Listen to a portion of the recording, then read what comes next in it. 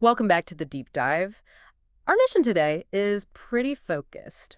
We are doing an undercovers analysis, really diving headfirst into the current literary marketplace. hmm We're using recent publishing data, mostly from the first half of 2025. Right. And this isn't about, guessing the next big thing. It's more about decoding the rules, the kind of tangible rules of the marketplace now. Exactly. We're hunting for those aha Yeah. moments, the ones hidden in the sales figures. Yeah, asking what actually defines a bestseller today? And maybe more importantly, why do some books just break out completely, not just sell well, but like dominate? That's the core question. Yeah. And, for anyone involved in creating content, publishing, or honestly just trying to figure out where our collective attention is going. And our money. And our money, yes. Yeah. This deep dive is pretty essential. Yep. We're not here saying, okay, go copy these trends. Yeah. It's about understanding the mechanics underneath. Yeah. Reader behavior, savvy positioning. What's really fascinating, I think, is that the books hitting the top spots, they're rarely there by accident. They tap into some kind of real cultural hunger, Mhm. and they meet it with really strategic packaging and launch plans. We're basically connecting the dots, right, between the raw numbers and, well, what readers actually want, often on an emotional level. It feels like the ultimate shortcut, maybe, to getting informed on the year's biggest hits. So, okay, let's get into the nuts and bolts then. Okay, let's unpack this. Let's start with the hard beta. Looking at those first 6 months of 2025, what titles really, really stood out at the top? The kind of books whose sales figures made the whole industry, sit up and take notice. Well, the data shows these almost seismic successes happening at the same time, but from really different corners of the bookstore, if you will. Okay. So on one hand, you absolutely have the power of, let's say, the established personal development voice, the Let Them theory by Mel Robbins. It just completely dominated nonfiction. Right. And that's proof, really, that nonfiction can still break through in a massive way, but only if the author's platform is solid, really solid. And the message is just crystal clear, immediately useful. And then completely switching gears, you've got the big legacy franchises in fiction. Yeah, exactly. Suzanne Collins coming back with Sunrise on the Reaping. Huge. It just proved that some series, some worlds, they had this gravitational pull. The anticipation alone, built up over decades of a fan base, it meant millions of units were basically spoken for before the book even properly landed. These are like guaranteed cultural events, aren't they? High volume right out of the gate. Precisely. Guaranteed events. But then you also have the disruptors, the titles that are kind of rewriting the playbook for what a single book, especially a genre hybrid, can pull off. You have to be talking about Onyx Storm. Absolutely. The numbers around Rebecca Yaros's Onyx Storm are, they're just staggering. It wasn't just a bestseller. It was a genuine phenomenon, breaking global records, validating this whole category romantasy that maybe used to be seen as more niche. So when you analyze that mix, it's clear the bestseller list isn't just one thing anymore. It's really vibrant, sometimes feels almost contradictory. You see the big thrillers, you see books from established literary names, sure, but the energy seems to be coming from these genre hybrids and the nonfiction that offers a very clear, immediate promise. That promise is definitely a common thread. Yeah. But yeah, to see the sheer variety, that specific snapshot you mentioned is perfect. Yeah. The Apple Books Top 10 for March 2025. Right. That list is fascinating because you see what's sitting right next to each other. You had Onyx Storm, right? High intensity, very emotional fantasy romance. And literally right alongside it, Atomic Habits, peak evergreen productivity self-help. Exactly. And then you throw in some reliable thrillers, other big names. That juxtaposition, it tells you so much, doesn't it? It kind of blows up the old idea that readers stay in their lanes. Completely. Yeah. It shows a reader who's really multi-threaded in their habits. They're not just one kind of reader. Yeah. 1 minute they might be craving that intense, high-stakes escape, that dopamine hit from world-building, magic, romance. And the next, maybe using that same kind of focused energy to turn to something structured, actionable, reflective, like Atomic Habits. The charts prove you can have explosive success in these fast-moving genres like Romantasy, while also seeing steady, long-term success in evergreen categories. it suggests readers are almost like optimizing their reading choices, picking based on immediate psychological need. I think that's a great way to put it. Reading to refuel, maybe escape, and then maybe restructure or refocus, using both fiction and nonfiction very strategically.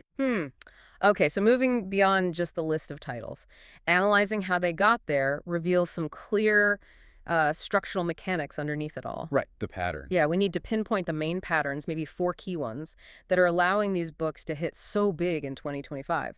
It's about shifting from the what to the how the industry is changing. And we absolutely have to start with the biggest one, the elephant or maybe the dragon in the room. Pattern 1, genre fluidity and hybrids. Oh, definitely. It's probably the most transformative trend we've seen in publishing for years. It feels like it. We're seeing this massive, honestly unprecedented growth in stories that cross genre lines.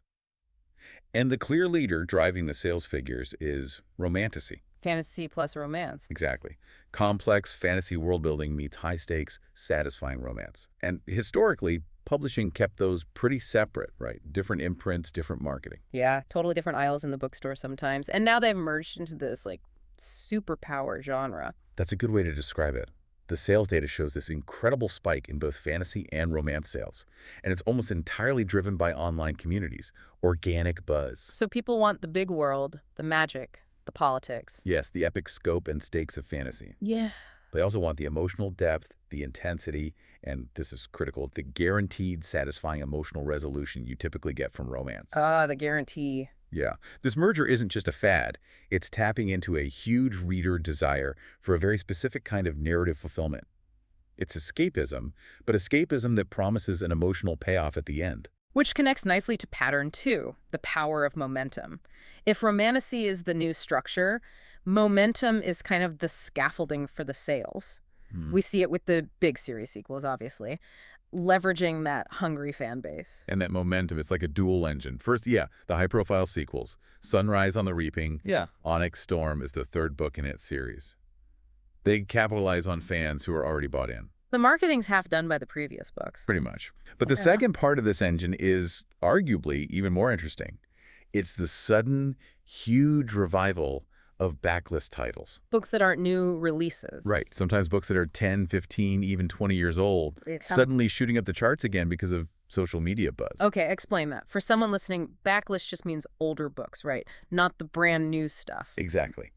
Previously published titles. So how does a 15-year-old novel suddenly become a digital bestseller?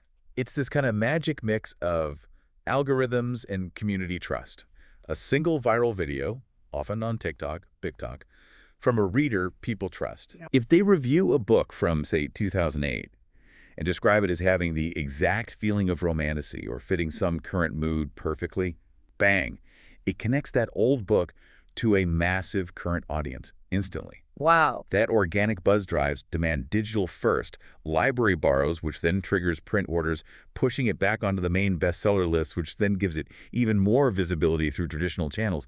It's a cycle. So momentum isn't just about the next book in a series. No, it's also about what the community collectively decides to pull back into the spotlight right now. That's a fantastic insight. The backlist as a reactivated discovery engine. Okay, shifting gears completely. Pattern 3, nonfiction. We saw it with Mel Robbins. The takeaway seems to be platform and promise are absolutely essential. Yeah, nonfiction plays by different rules than, say, world-building fiction. Success there really hinges on two critical things working together. First, that super strong, clear promise. The hook. What problem does it solve? What will I learn? Instantly. The title, the subtitle, has to tell you exactly that. With the Lethem theory, the promise is basically liberation from unnecessary emotional work. Control. It's catchy. Very catchy. And it hits that cultural nerve, that hunger for boundaries, less stress, especially now. And the platform is why people trust that promise. Exactly. The author's existing credibility, their reach, it's almost a prerequisite for a nonfiction blockbuster today. Mel Robbins is already a global, trusted voice in motivation. Right. The book becomes like a high-impact, neatly packaged extension of her existing message. Without a strong platform, even a great concept often just doesn't get traction. The reader needs to trust the messenger immediately. Okay, and the final pattern, pattern 4. The book as an event. This feels really important. It suggests the market's rewarding the spectacle, the delivery method, maybe as much as the text itself. I think this is a critical psychological shift for 2025. The content environment is just so crowded. Overwhelmingly so. So you have to turn a standard book release into something more. A collective moment. An event. And you see the evidence everywhere. Huge investment in pre-order campaigns, often with signed copies or special editions. Deluxe editions, special packaging, bonus content. All of it. Yeah. Unique covers. The book isn't just being sold as, words on a page. The entire launch experience is part of the product. It's leveraging FOMO, right? Fear of missing out on the special early version, which drives massive day one sales. Precisely. It signals to everyone readers, the wider culture, this book is important, it's exclusive, you need to pay attention now to be part of the conversation. And those early sales lock in bestseller status. It creates that huge initial surge, guarantees high visibility on the charts, and just cements its status as an event, which fuels further sales. It's another cycle. Okay, this is where it gets really interesting, I think. Moving from the what and the how to the deep why. Why do these specific books become phenomena? Right. Selling millions, not just, a respectable 50,000. Right. What separates the hit from the absolute monster hit? We can probably boil it down to, 5 core factors that seem to converge on these huge successes in 2025? Yeah, I think 5 covers the key elements. Yeah. And when they align, it creates this positive feedback loop. Sales velocity just accelerates like crazy. Let's start with factor A, the strong, unmistakable hook. You mentioned it for nonfiction, but it seems just as vital for fiction now, especially for discovery. Oh, absolutely vital. It's survival in this saturated world. The core pitch has to be so clear, so compelling, that someone scrolling through endless options gets it in a second and feels that pull. Give me an example. Think about the Empyrean series pitch. Dragon riders in a brutal war college with intense romance. Okay, yeah, instantly get it. High stakes. Exactly. It's instantly compelling. If the hook works, your gut reaction is, okay, tell me more. That clarity is everything for discovery, especially on visual platforms like TikTok, where you have maybe 2 seconds. If you can't boil it down, it gets lost. You just get scrolled past, no matter how brilliant the writing might be inside. Okay. Factor B, the emotional engine. Emotional intensity and community momentum. The biggest hits right now, they're rarely subtle, quiet books, are they? Not usually the blockbusters, no. They are high-octane emotional rides, high stakes, intense love stories, powerful magic, gripping drama. And that intensity is what drives the sharing. Absolutely crucial. It's the primary driver. Yeah. When a book makes you feel something strongly, anger, excitement, joy, heartbreak, deep connection, you feel compelled to share that feeling. You want to find other people who felt it too. Precisely. Which leads directly to community engagement. That's the riffing we talked about. Let's define riffing again, just clearly for listeners. What does that look like practically? Riffing is basically the whole cultural conversation that springs up around the book. It's readers debating couples on Reddit, making fan art for Instagram, filming reaction videos on TikTok, breaking down plot twists, creating detailed mood boards on Pinterest. The audience becomes part of the hype machine. They become co-creators of the hype. And the more emotionally charged the book, the more shareable it is, the more fuel goes into that momentum engine. But that engine needs fuel, which brings us to Factor C platform and marketing savvy. Intensity isn't enough if no one sees it. Right. Success gets amplified massively now by active communities and also by author engagement that goes way beyond just traditional interviews. So authors need to be part of the conversation online. They need to understand how to participate in, or at least enable, that viral momentum, especially on platforms like TikTok, BookTok. Visibility isn't just about bookstore placement anymore. Authors need to be authentically present, where readers are actually talking and discovering books. Their platform is both for information and for feeding that hype. Okay, Factor D feels like basic economics amplified. Series universe building. The market just seems to love worlds they can return to. It really does. Readers show this deep desire for returning worlds, familiar characters, especially right now. And the series structure, it just gives massive early momentum. Because the fan base is already there? Exactly. Built over maybe 2 or 3 previous books, like with Onyx Storm, that fan base acts like a huge prepaid launchpad. Readers aren't starting cold. They're coming back to a universe they love. They're already invested in the characters. It lowers the barrier to buying the next one. Drastically. And it makes those early sales figures much more predictable and usually enormous. So economically, building a series is just super efficient. You've already acquired the customer for book 2, book 3. Absolutely. Book 1 might need a big marketing push, but by book 3, the community is often doing a lot of the marketing for you. And finally, Factor E, meeting a reader desire. You can have the hook, the emotion, the series, but if it doesn't tap into something people actually want right now, It won't have that breakout lasting power. Precisely. The huge books successfully connect with the current widespread reader hunger. Like Romantasy. Yeah, the Romantasy boom isn't random. It hits that specific desire for structured escapism, combined with intensity, plus that relationship satisfaction people might crave. And nonfiction fills a need, too. Same principle. The let them theory taps right into the demand for help with stress, boundaries, mental load. The books that truly break out are serving a clear, timely, cultural, or maybe psychological need. But okay, if we're acknowledging this focus on competition, series, spectacle, digital buzz, doesn't this raise a question about originality? Are we maybe seeing fewer truly original, maybe quieter literary works among the huge bestsellers, Well, simply because they lack that instant, obvious TikTok hook? that's a really vital point and something we have to keep watching.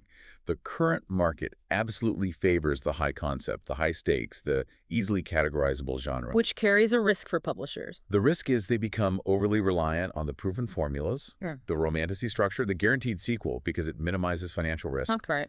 maximizes immediate return. Truly original work, the kind that might need time to find its audience through slower word of mouth, not a viral explosion.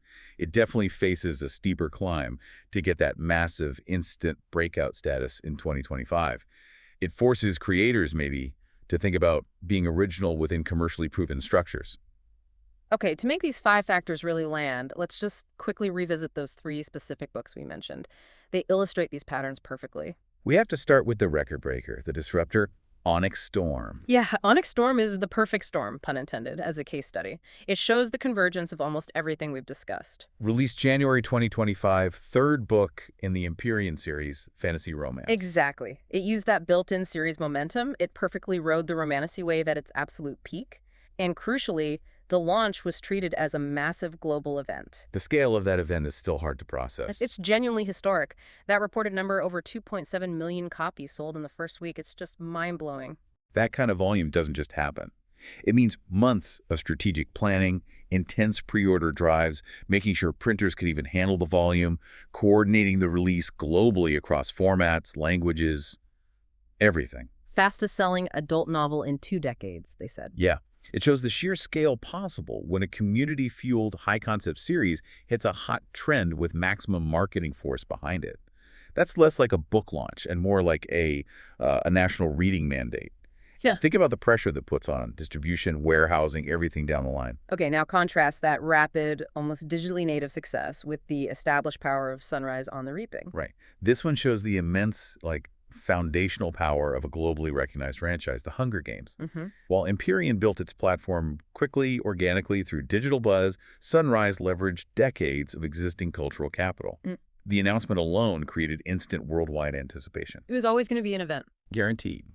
Regardless of current trends, or even the author's personal platform at that moment, because the world itself is just so deeply embedded in our collective consciousness. And the strategy of doing a prequel, that was key too, wasn't it? Leaning into nostalgia, but still offering something new. Exactly. Prequels are smart. They satisfy that desire for the familiar world, but give you new story. It maybe lowers the risk of disappointment compared to a direct sequel years later. And yes, it expertly plays on nostalgia, which is a huge cultural driver right now. Okay, and finally, the let them theory, which proves high-impact nonfiction still carves out massive success, even if the path looks different. The let them theory is the perfect showcase for that platform promise synergy we talked about. Mel Robbins has this incredibly powerful, trusted global voice. Right. Her book broke out because it combined that platform with a really timely, compelling message, the let them idea itself. It resonated deeply with people looking for help with boundaries, expectations, stress. Simple, memorable, shareable. Exactly. Perfect for social media sound bites. It hit the cultural moment by offering a simple framework for complex emotional stuff. It just confirms. If the author has the trust and the hook is immediate, useful, and simplifies a modern problem, that book can still become huge, even alongside Fantasy Dragons. Hashtag Shani. Implications and practical takeaways for the listener. Okay, so we've dug into the data, identified the patterns, looked at the success stories. Now, the big question, what does this actually mean for you, the listener? Whether you're a reader, a writer, a creator, someone thinking about content strategy. Yeah, what's the takeaway? And the key, I think, isn't to just copy the content. Please don't rush out and write a dragon romance unless you love it. Right. It's about internalizing the strategy behind why those books worked. So takeaway number 1, maybe the most critical, Focus on the hook. Absolutely. This needs to be almost like a workout for any creator.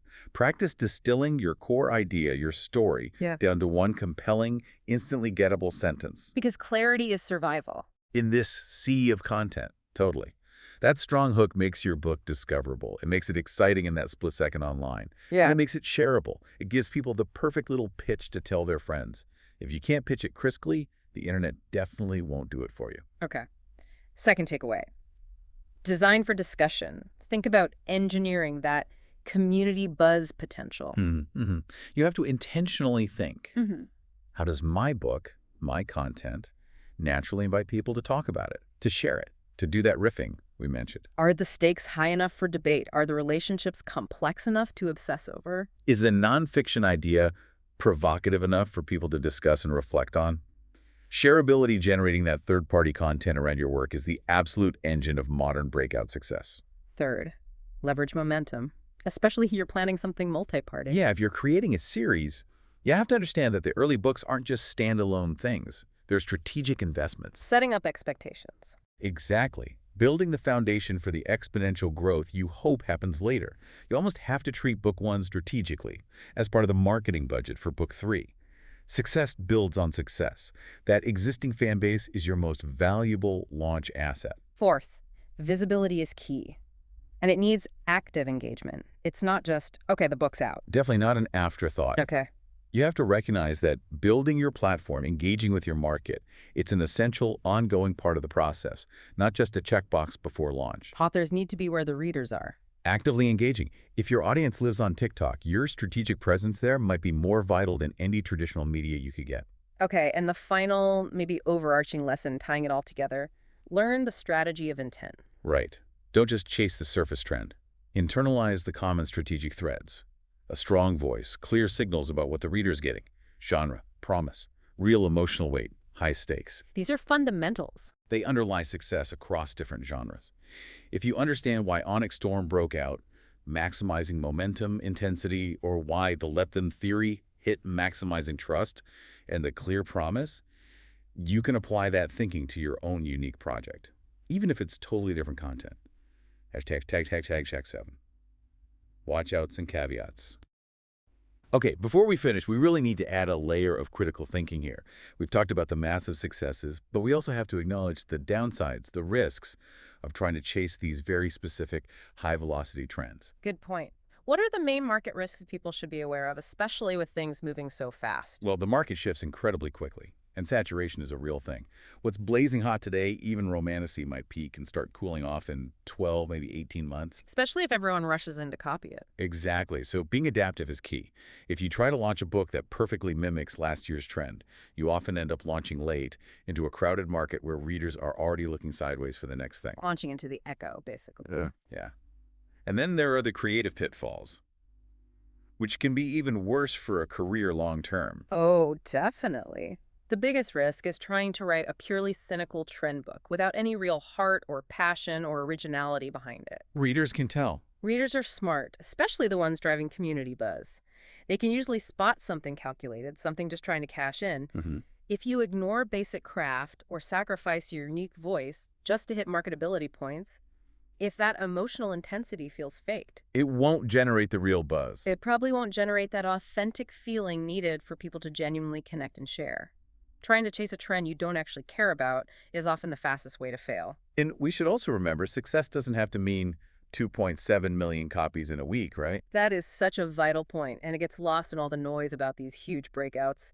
Most sustainable, successful writing careers are built differently. Finding a niche. Finding a dedicated, reliable niche audience. Often growing slower based on consistency, trust, but much more sustainably.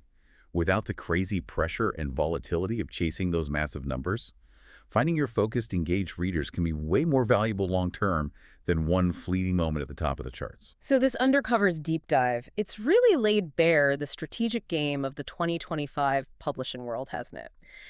The big takeaway feels pretty clear.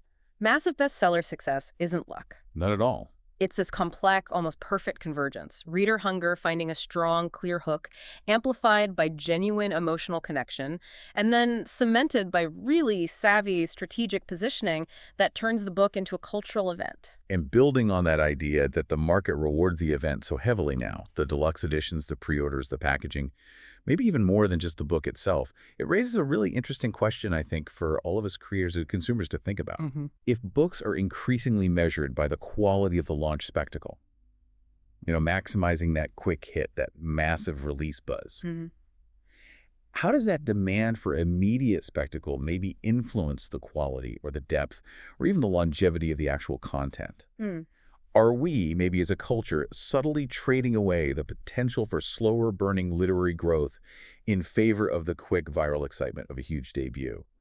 What parts of our wider consumer culture are fundamentally shifting how we even define what a successful book is anymore? That is definitely something profound to chew on as we all watch these market shifts. Thank you for joining us for this deep dive. We really encourage you to keep thinking about these strategies and continue your own exploration into the ever-changing world of publishing.